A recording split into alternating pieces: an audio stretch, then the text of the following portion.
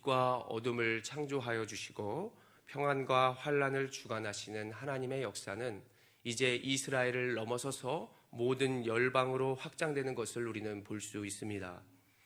하나님이 하늘에서 비를 내려 주시고 그리고 땅을 적셔서 풍족한 결실을 맺게 하듯이 그분을 믿고 이 땅을 살아가는 백성들은, 그리고 우리들은 하나님의 모든 것들에게 주권이 있고 모든 것이 그분의 손에 달려 있다는 것을 믿으시며 나아가야 합니다.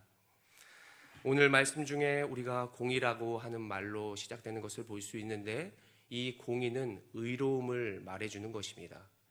오늘 성경을 보면 싹이 틀 수 없는 것에 싹이 트게 한다라고 하는 의미와 함께 볼 수 있는 것인데, 성경은 이 공의라는 말을 승리와 구원에 함께 사용하는 것을 볼 수 있습니다.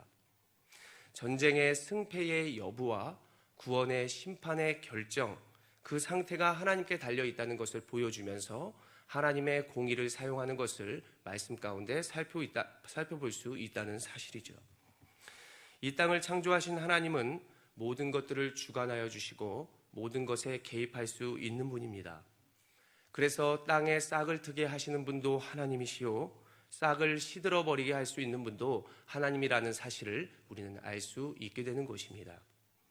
오늘 본문 속에서 이 공의를 대입해 보자면 이런 것입니다. 하나님께서는 바벨론 포로에 잡혀 있는 이스라엘 백성들을 해방시키기 위해서 고레스를 사용하시는데, 고레스를 한 목자로 세워주신다는 것을 바라보면서 민족의 백성들의 여러 사람들이 이것은 이해가 되지 않는다, 말도 되지 않는다라고 불평하면서 하나님께 이의를 제기하고 있는 모습을 우리는 말씀 가운데 살펴볼 수 있겠습니다.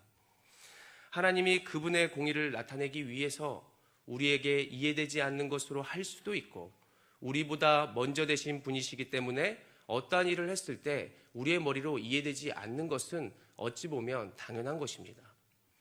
이는 마치 부모님이 아픈 나에게 쓴 약을 먹이기 위해서, 그러니까 다시 말해 내가 아플 때 쓴 약을 입에 먹이면서 나를 고칠 수도 있는데 어린아이가 왜 쓴 약을 나에게 주느냐라고 생각하는 것과 같습니다. 그리고 자기 아들을 인간으로 되게 하셔서 인류를 구원하신 것, 이것들을 우리가 어떻게 이해하고 설명해 볼 수 있겠습니까? 이것은 영원전부터 계신 하나님께서 우리가 알 수 없는 방법으로도 이를 해결할 수 있다는 것이고, 인간이 다 알 수 없다는 것이 당연한 말이다라고 이야기해보고 싶은 것입니다. 그런데 오늘의 9절과 10절을 살펴보게 되면 페르시아 왕 고레스를 선택하신 하나님의 결정에 사람들이 불만과 이의를 제기하였다는 것을 우리가 보게 된다는 것입니다. 그들을 가리켜 성경은 화 있을진저라고 말하면서 화를 선포하시는데, 오늘 45장 9절의 말씀을 보시면 질그릇 조각 중 한 조각 같은 자가 자기를 지으신 이와 더불어 다툴진대 라고 말해주면서 화 있을진저라고 이야기를 하는 것입니다. 질그릇 한 조각에 불과한 자가 어떻게 자기를 빚진 자와 다툴 수가 있다는 것인가? 어떻게 백성이 하나님과 다툴 수 있겠는가라고 말하는 것입니다.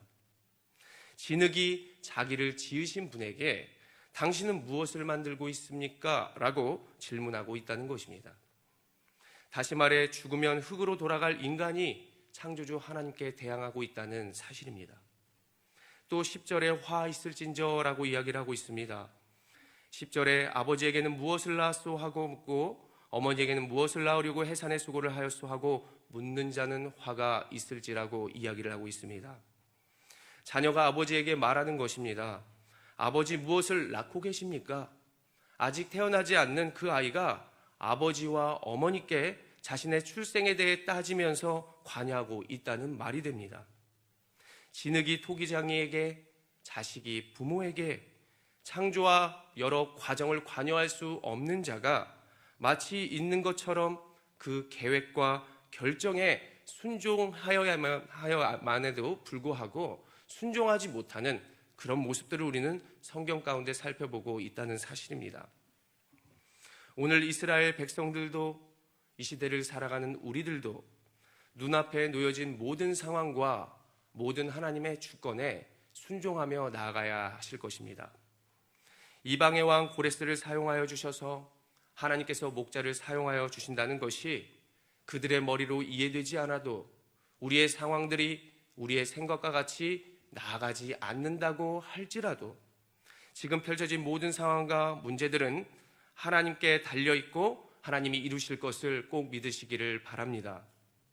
수많은 애굽의 군대가 그들의 뒤를 에워싸고 있었을 때에도 광야에서 먹을 것이 없다 하여도 큰 나라가 그 모든 이스라엘 민족을 사로잡고 있던 상황 속에서도 하나님의 공의는 그들을 승리하게 하셨고 채우시고 먹이시는 아버지 하나님이 되셨다는 사실을 우리가 역사적으로 기억하시기를 바랍니다. 오늘의 12절은 말씀합니다. 내가 땅을 만들고 그 위에 사람을 창조하였으며 내가 내 손으로 하늘을 펴고 하늘의 모든 군대에게 명령하였노라. 하나님의 작품인 우리들이 하나님의 뜻에 순종하며 그 섭리를 믿고 나아간다면 하나님께서는 분명히 모든 상황을 이기게 하여 주실 것이고 약속하신 바를 분명히 이루실 것을 믿으시기를 소원합니다. 역사적으로 하나님이 선택한 고레스를 통해 어떠한 결과가 나타나게 됩니까? 폐허가 됐던 성읍은 재건이 되며 포로된 민족들에게는 열매가 맺게 되는 그 하나님의 공의를 발견하게 됩니다. 이 모습은 마치 예수님의 희생과 선택이 우리를 살리는 것이 되었고 그 희생이 교회를 세우셔서 모든 인류가 구원의 열매를 맺게 되는 그 결과로 나타나는 것을 우리는 생각해 볼 수 있습니다. 그래서 우리는 이렇게 생각하며 믿고 나아갈 수 있습니다. 비록 그럼에도 불구하고 지금의 상황이 내가 이해되지 않는다고 할지라도 내 인생 가운데 감사할 수 없는 상황들이 내가 머리로 펼쳐진다 할지라도 하나님은 분명히 지난 시간에도 이야기하였듯이 나를 특별한 자녀로 삼아주어 주셨고 구원하여 주셨다는 사실을 꼭 믿으면서 우리가 오늘처럼 감사로 그리고 하나님께 영광 올려드리는 그러한 삶으로 나아가는 우리들의 인생이 되시기를 간절히 소원합니다. 시편 50편 23절에는 이렇게 이야기를 하는 것입니다.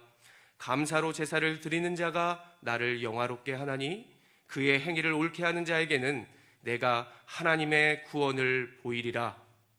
이렇게 살아가는 우리들에게는 분명히 승리가 당연히 있는 것이고 하나님의 능력과 큰일이 우리 눈앞에 펼쳐지게 될 것입니다. 이것을 확신하시면서 우리가 이해되지 않는 순간에도 믿음으로 오늘처럼 예배하며 하나님께 영광 올려드리며 나아가는 온사랑 모든 교회 성도 여러분들이 되시기를 간절히 소원합니다. 기도하겠습니다. 거룩하신 하나님 아버지 감사합니다.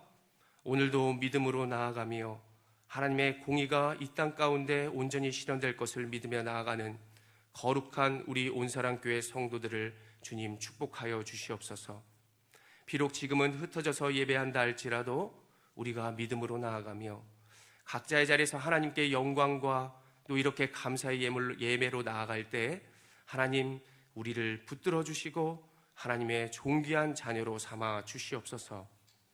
이 시간 하나님께 시간과 마음과 1,000번째 예물과 또 여러 가지 예물로 올려드리는 주님의 귀한 손속들을 주님 기억하여 주시고 땅에 넘치는 주님의 큰 은혜와 능력으로 늘 부어주시고 붙들어 주시옵소서. 이 시간 우리가 말씀을 기억하며 나아가기를 원합니다. 하나님께서 창조하신 우리의 모든 백성들과 피조세계가 하나님을 찬양하며 영광을 올려드리게 해달라고 이 시간 우리의 자신과 우리의 가정과 교회와 우리나라 민족과 열방까지 이 시간 우리가 주여 한번 힘있게 외치며 기도하며 나아가겠습니다. 주여.